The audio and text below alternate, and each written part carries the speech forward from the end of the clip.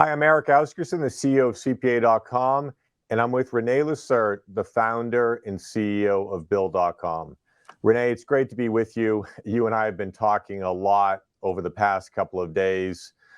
Look forward to getting into how you have managed this situation related to SVB. I think there's a lot of insights that we can provide to the firms that are thinking a lot about the hundreds of thousands of clients that they're supporting. So first off, Renee, good to see you. Hey, thank you, Eric. And thanks for the support over the last few days. Really appreciate all the insights that you've had over the years, and really appreciate you taking the time to kind of help our partners in the accountant channel and our customers really understand how this impacts them and their business. So thank you for bringing this together. Well, thanks, Renee. Well, let's start out with the fog and the storm that started Friday night or Friday afternoon and went into the weekend. One thing I do want to thank you for, because I heard from a lot of firms. I spoke to a lot of firms over the weekend, and their concerns about how their transactions were being processed. And before the Fed came out and guaranteed all the deposits at Silicon Valley Bank, you made the commitment. You guaranteed that all transactions that were in process were going to be successfully completed. And due to your diversification strategy, this was something that you could do.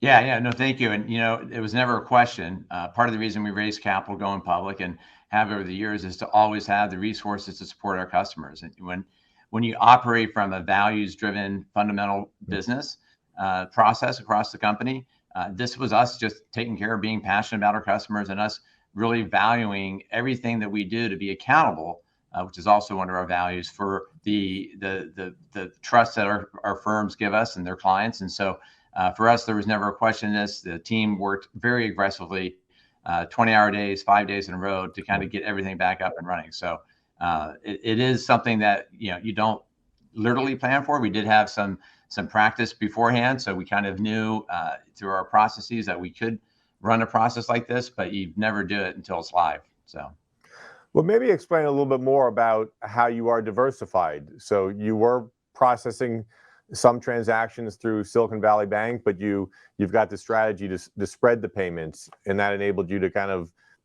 keep going in a very successful fashion. Yeah. We have multiple bank processors.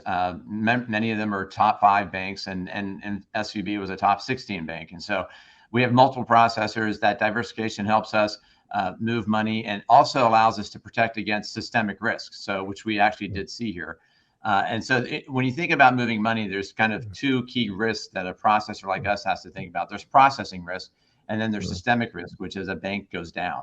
And in this case, we had both, because once the bank went down, there was no processing capabilities at the bank that we had submitted transactions to. So we had both of these risks hit the company at the same time, which is why it was super important that we took action and made sure our customers knew that we were going to backstop these funds. There was, like I said, there was never a question, but that ability for us to easily switch transactions, which we did the same day. So the transactions that did not clear were the ones from Thursday night, which is when the bank was failing, right? The transactions Friday, we were able to submit those in the process that we normally would have on Monday, and those went through just fine, right? So because it was a different bank. So all of that changed immediately, when we were able to kind of make that happen. Well, Renee, when things like this happen, we all learn from them.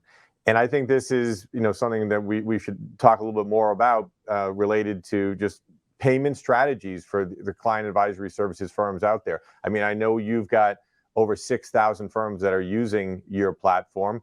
This has become such an important part of the firm's business. But I think those 2 risks there that you just talked about, one is this systemic risk of bank failure, but also processing.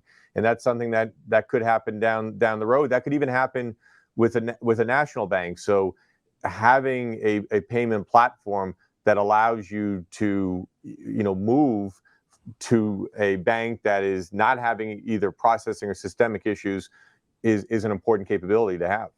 It's absolutely important. I think one of the things that I value from this experience, and we're not through it all yet, right? Because the systems are still kind of flowing, the money's still flowing through the process to make sure customers have everything. But one of the things I value from the experience is that when I reached out to our, the largest banks in the country that I know the people in the processing arms there, and we asked them like what would happen when they flipped the switch on Monday and said they were turning it back on.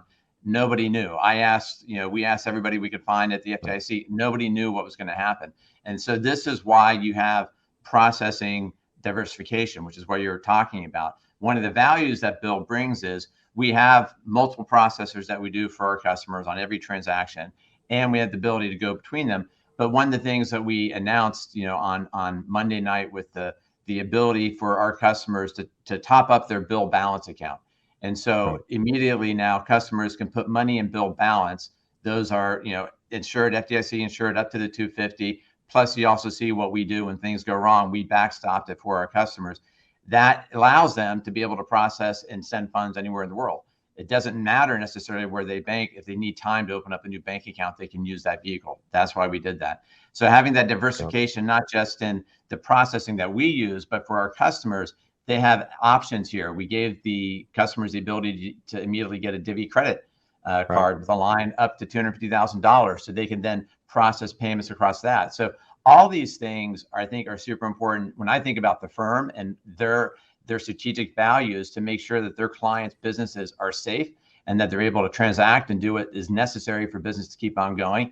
So, I think that one of the things we bring is all this expertise that's just kind of behind the scenes, but we're helping firms know that this is going to be safe and secure and that we're always got your back.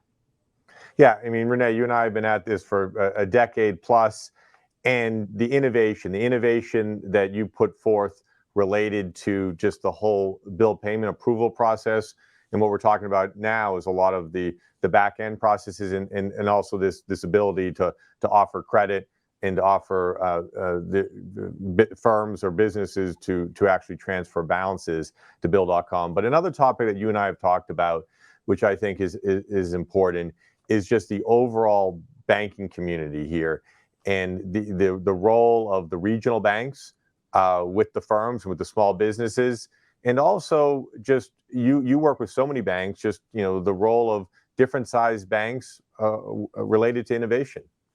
Yeah, I think there's been obviously a hard time for regional banks that don't necessarily share the same challenges that SVB had.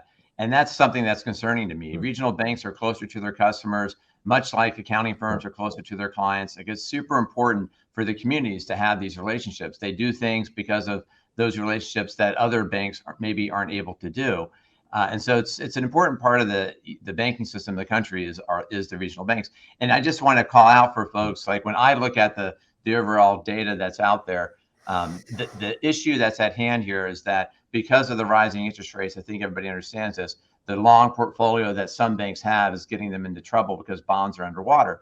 And so the reason this is particularly problematic was SVB was growing so fast, they went with a longer strategy. If you just look at the capital growth that they had, they felt they were being safe. No other bank has had this type of capital growth because of the venture community that we had in Silicon Valley. So this tremendous growth was coming in.